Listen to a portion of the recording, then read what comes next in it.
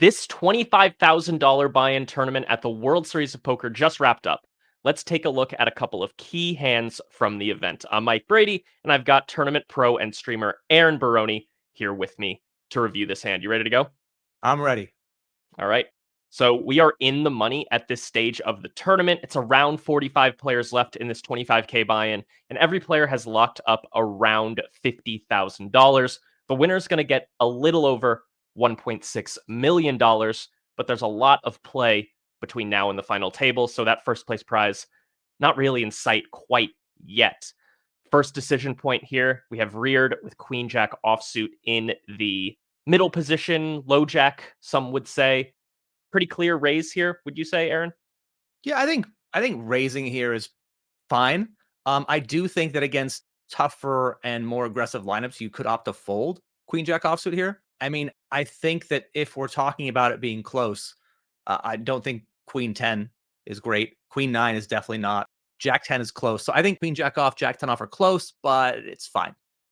Yeah, and to your point, I ran this spot using Hold'em Resources Calculator, plugged in all of the payouts for this event, all the stack sizes, and this is right around the bottom of his range. Jack 10 and Queen 10 off do get in there for very slightly profitable raise as Mhm. well. He is on a short stack here, but he's still got, a good amount of play. He's got 30 bigs, not in the danger zone by any means. In any case, he does raise it up, and he's going to get action from one player, and that player is not Dario Sammartino here in the button. He's going to fold.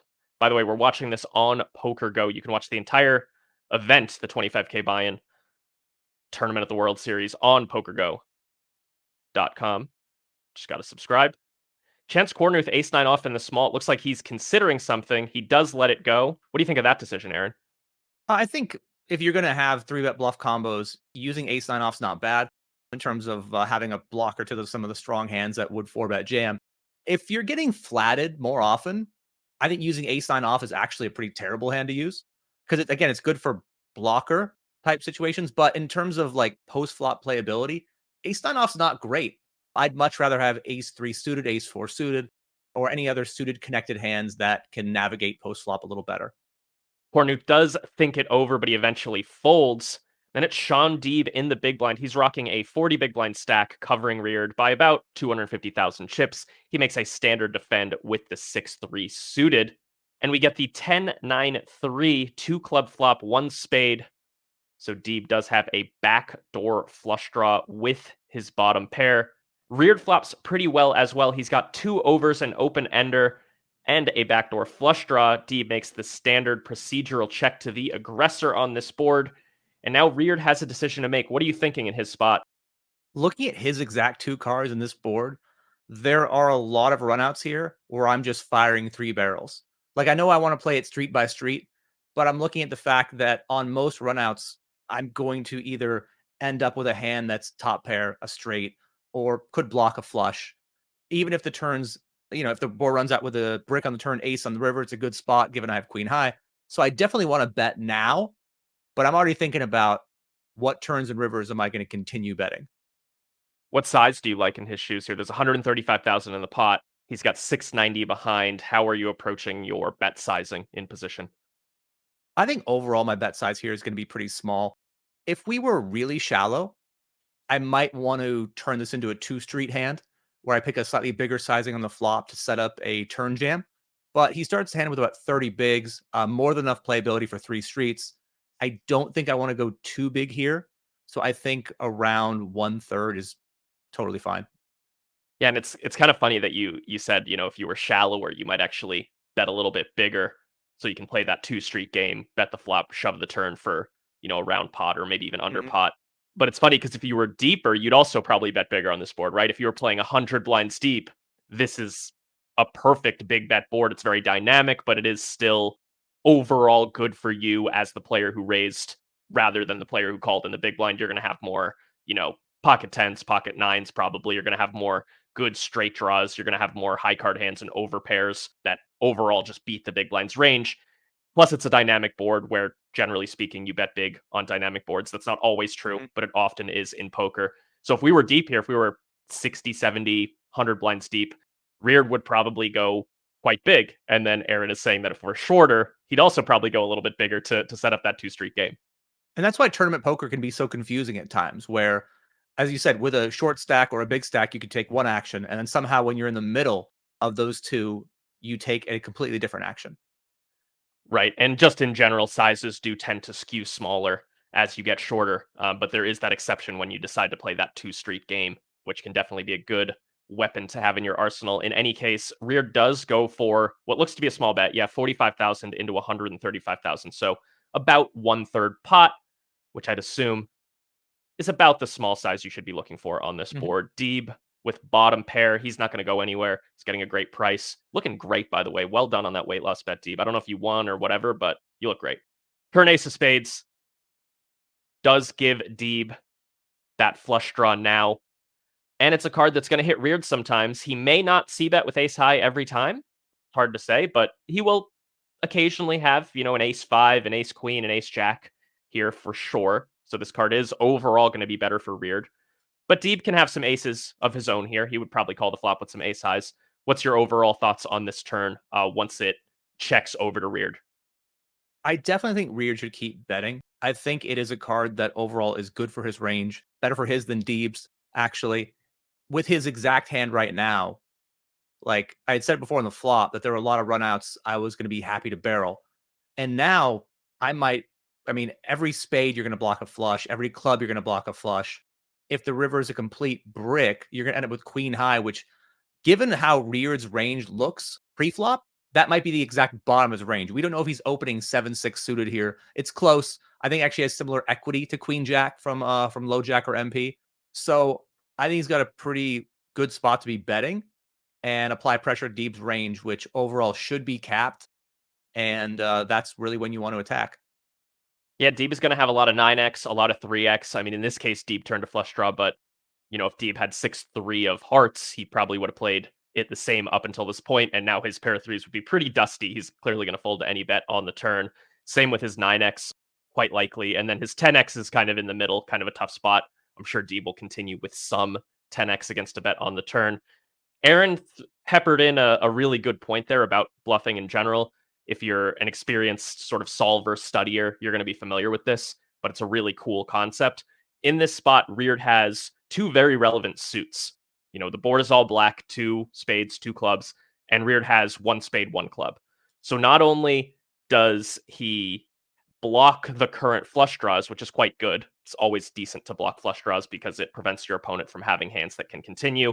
For example, by having the Jack of Clubs, he blocks Deeb from having a hand like Jack 10 of Clubs, which will certainly call the turn. So it's a good card to have. Mhm. Same goes for the Queen of Spades.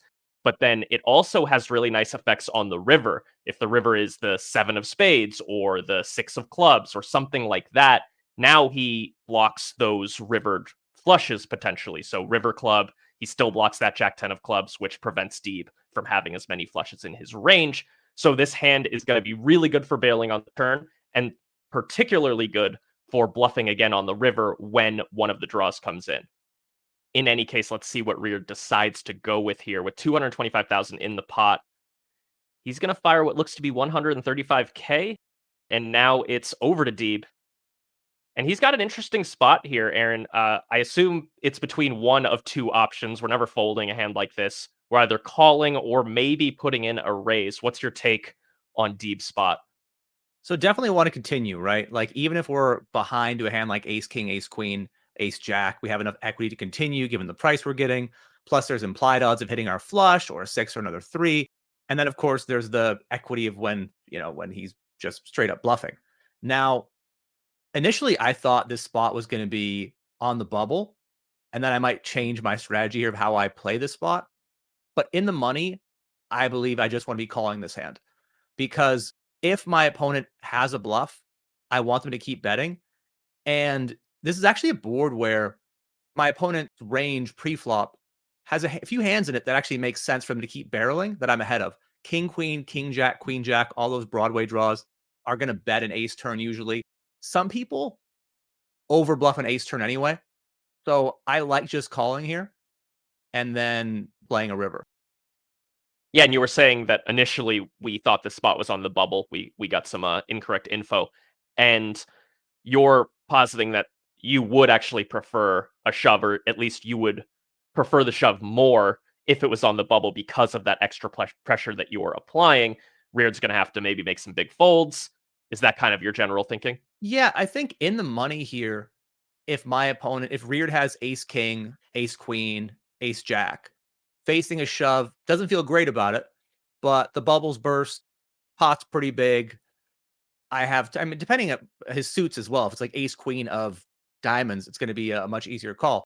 I could see Reard making this call. But if we're on the bubble, if we're short of the money, I think people are going to overfold this spot. And I'd mentioned ace queen as a hand that could potentially call. It could potentially fold in both spots. If you think about how your opponent's range looks, how often they're bluffing, what they're bluffing with. And so I would not be surprised to get a fold out of top pair by check jamming, especially before the money. But once you're in the money and payouts are flat, people are more incentivized to take risks and call a little bit lighter. And so that's why I think I'd prefer a flat here, but look to jam potentially on the bubble or close to it.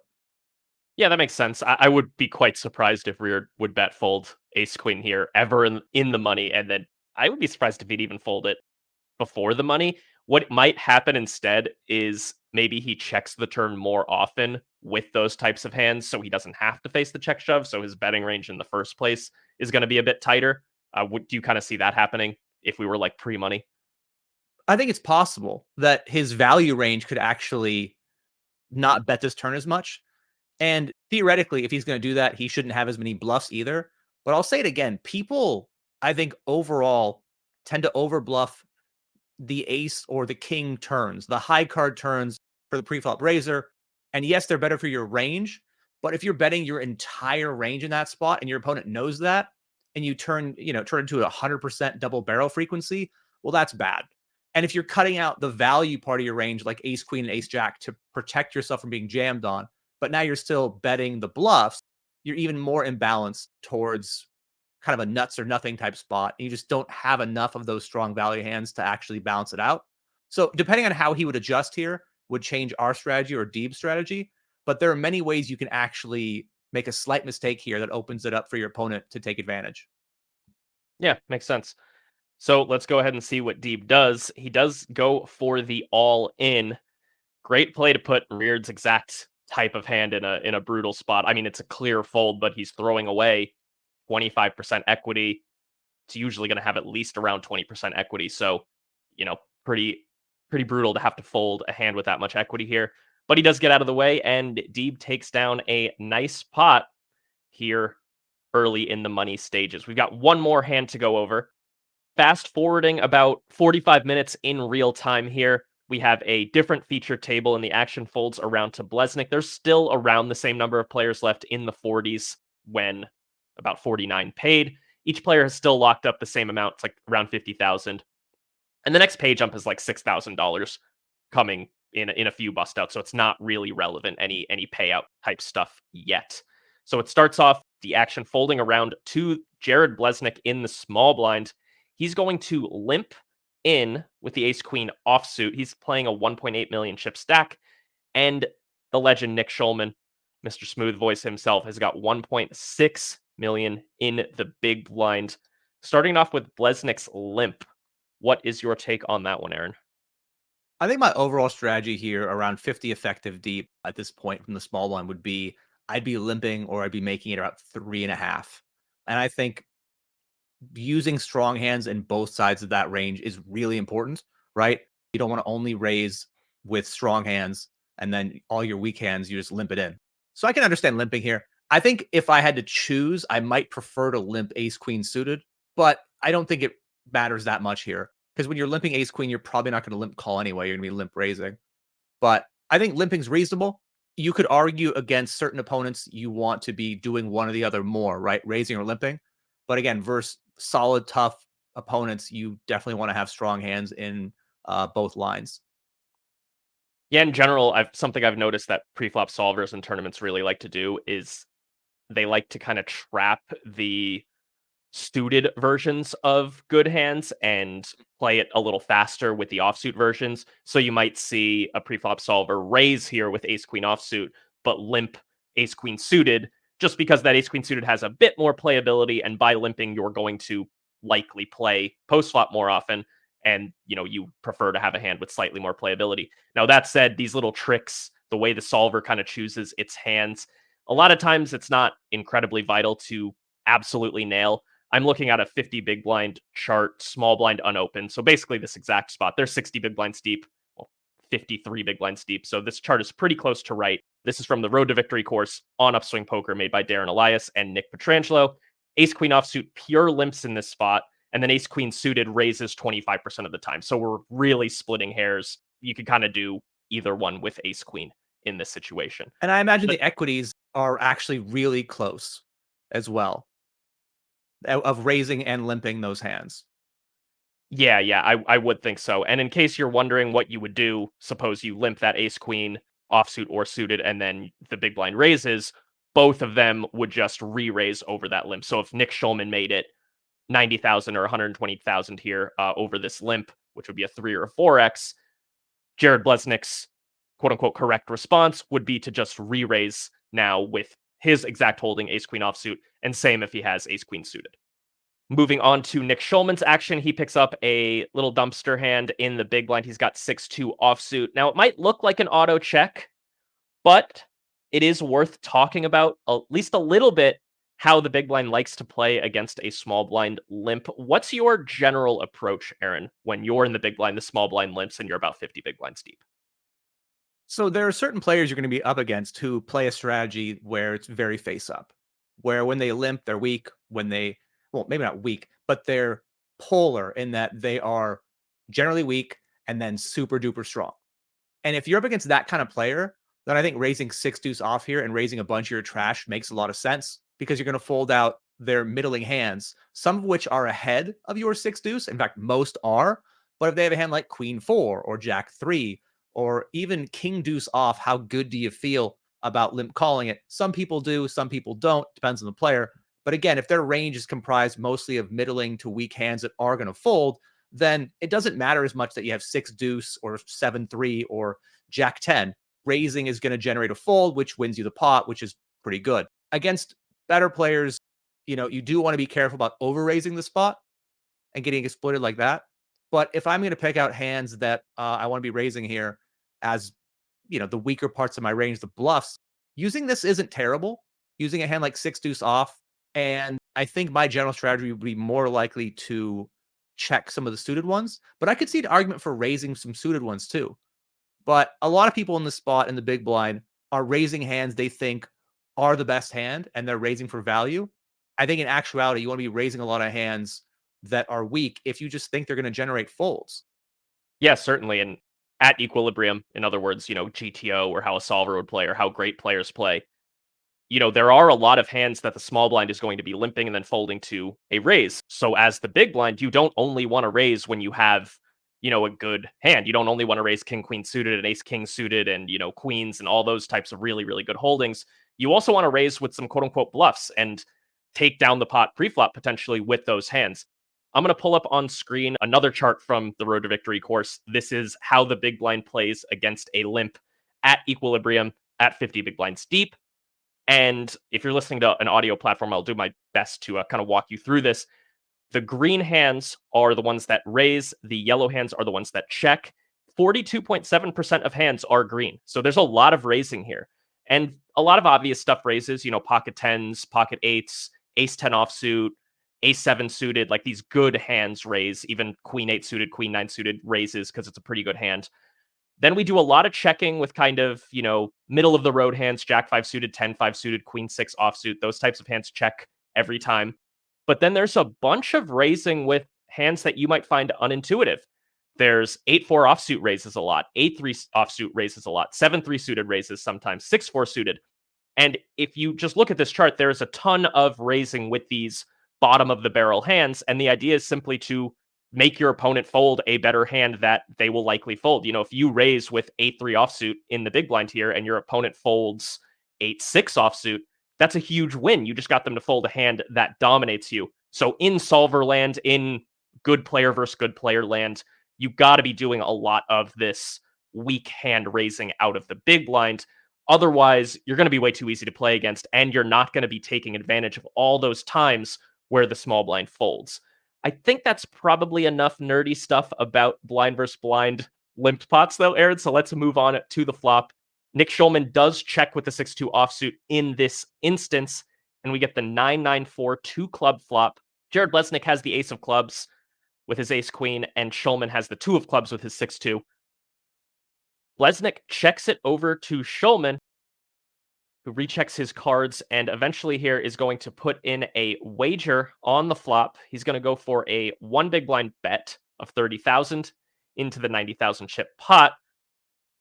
Eventually, Blesnik is going to take a little bit of time, but call with his ace queen. What is your overall analysis of this flop action, Aaron? I like it from both players. I don't really just want to bet ace queen high here. I think checking it basically as a trap is pretty good. And Schulman has one of the worst hands you can have. He has 6 high.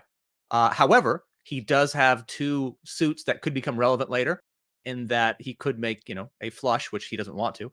But he could end up blocking some flushes in the future, but we're getting a little ahead of ourselves now. But he has 6 high. And his opponent's shown some weakness. He takes a stab at the pot, and Blesnik continues with a call. So far, so good from both. I think Blesnik could potentially bet the flop, but he actually does benefit from keeping in a hand like, say, Queen 5 offsuit, which would fold to a bet. Sometimes the turn's going to be a queen, where they'll both hit top pair, and now Blesnik's going to, win a decent sized pot from that worse queen.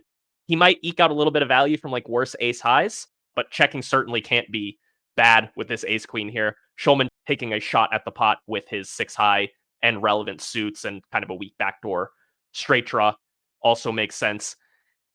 So after that flop action, we get the 7 of hearts on the turn. We now have a 9-9-4-7 board, 2 clubs, 2 hearts. And somewhat notably, Schulman has both a heart and a club. So the relevant suits are both in Schulman's hand here, which is likely going to steer him towards aggression. That's a trick that you'll see a lot of good players do when they have relevant suits. That's often when they decide to pounce and bluff at the pot. So after this turn falls, Blesnik checks again. This is a procedural check to the previous street aggressor. And now it's on Schulman. What is your take on how he should approach this spot, Aaron? This card kind of looks like a brick to a lot of people in that it doesn't improve his actual equity, right? He still has 6 high. But we talked about having relevant suits that he's going to have a heart and a club, and both of those can block Blesnik from having continues of potential flush draws. And if the flush draws hit on the river, then there's more value there, blocking flushes. But additionally, he also has a 6 in his hand, which isn't as relevant, but it's something. Where on this river, if he bets and gets called, on this river on an 8 or a 10 or a 5 or a 3, he's going to block straights. And Blesnik is also unlikely or less likely to have those hands anyway. But that coupled with Schulman having 6 high means I think is a pretty clear bet here. Yeah, and you made the point there that, you know, say the river's a 5, so 8-6 is a straight. Schulman will block that 8-6 with his 6. But of course, Blesnik never has 8-6. He never limps preflop with 8-6, calls the flop with a crappy 8 high, then calls the turn with a straight draw. But sometimes, even when that's the case, the solver or good players will still play aggressively with those types of hands.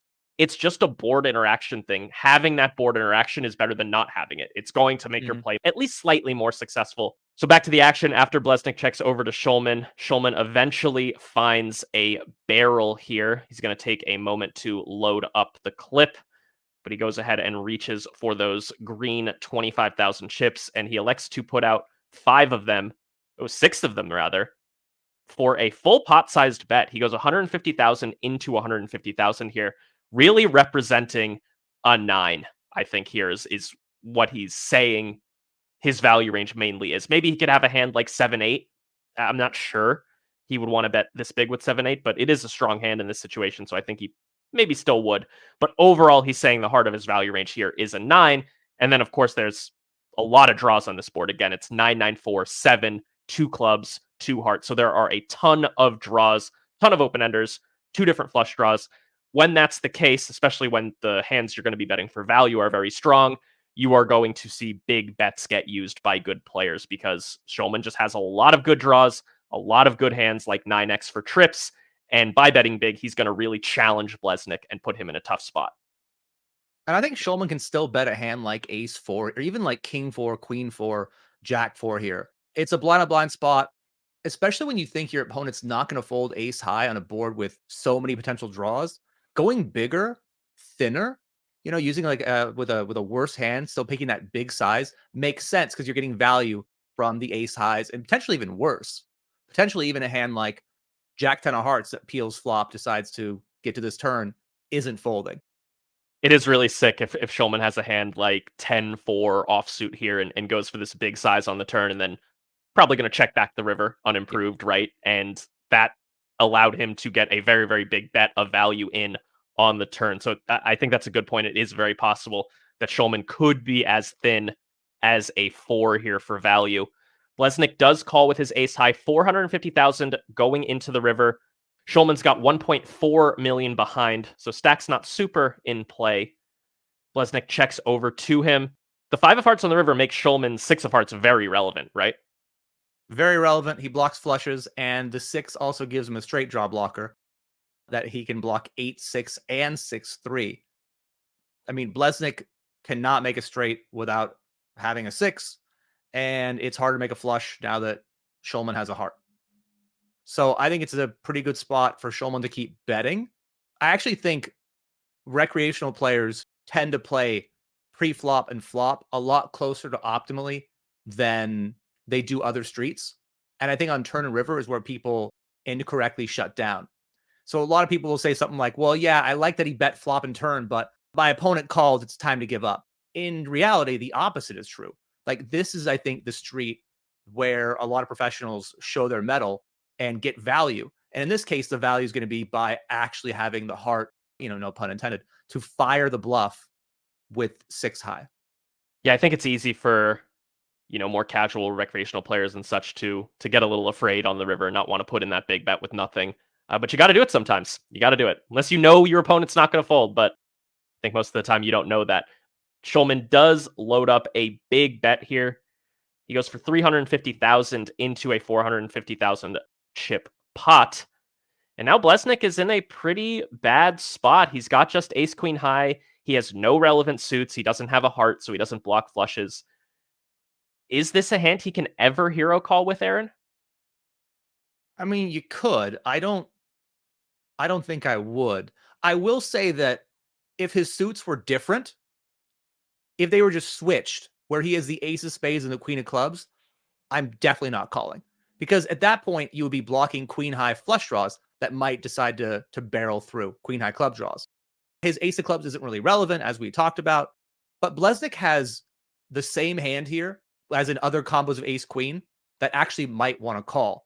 Specifically one with a heart, right? Because then you would actually block flushes. So if he has a hand like, we'll say ace of diamonds, queen of hearts, I actually think that's a hand that might hero this, hoping your opponent has brick clubs, tried to stab the flop and barreled through.